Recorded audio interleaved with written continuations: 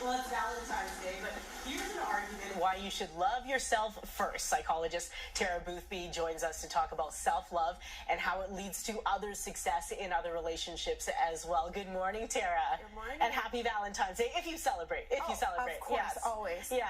So what is self-love? And why does it have a bad rep? Well, self-love is one of those things that's really important to who we are.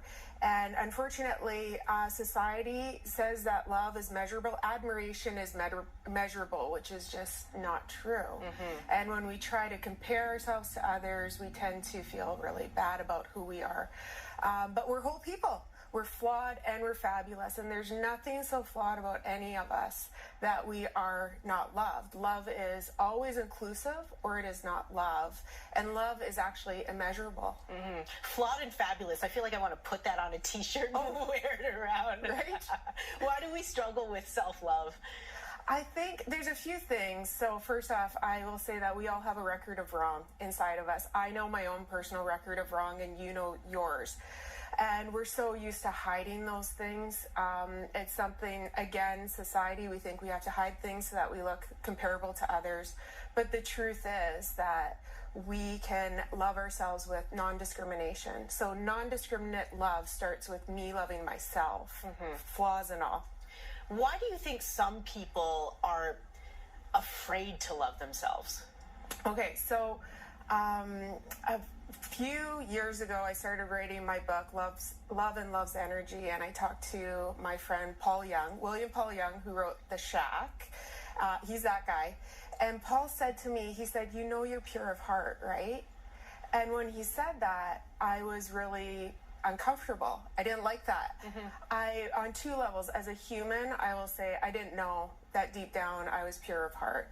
And as a psychologist, that was really troubling because I'm in the business of helping people discover and love themselves. But we are innately good. And self-love is about knowing that we're flawed, fabulous, and loved, just the way we are. Yeah. And there's something about taking compliments too, I feel like is kind of uncomfortable in a way. Oh yeah. Yeah. How can we put self-love first today, of all days? I mean, it is Valentine's Day, but I guess we can pertain this to other days too.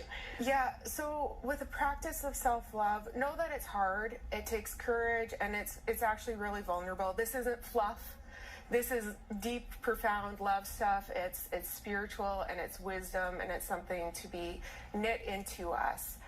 So start where you start, and know that you are loved, lovable, and loving, and that we all just long to be heard with loving ears, to be seen with loving eyes, and to be known with a loving mind. And we can do that for ourselves first, and then we can do it for other people.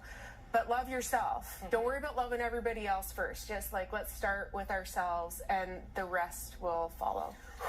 Didn't realize we were going to have a therapy session today. Yeah. Tara, thank you very much. Tara actually has a book coming out in next month called Love and Love's Energy. It's about attachment, science, and love. So thank you very much, Tara, for coming in this morning. Happy Valentine's. Any good plans today? Well, I'm going to take my kids to school, and then I'm just going to do some work, and I don't know, eat lots of chocolate, there people. You go. Chocolate is good. Shout out to the moms everywhere. Tara, thank you very much. Corey, over to you.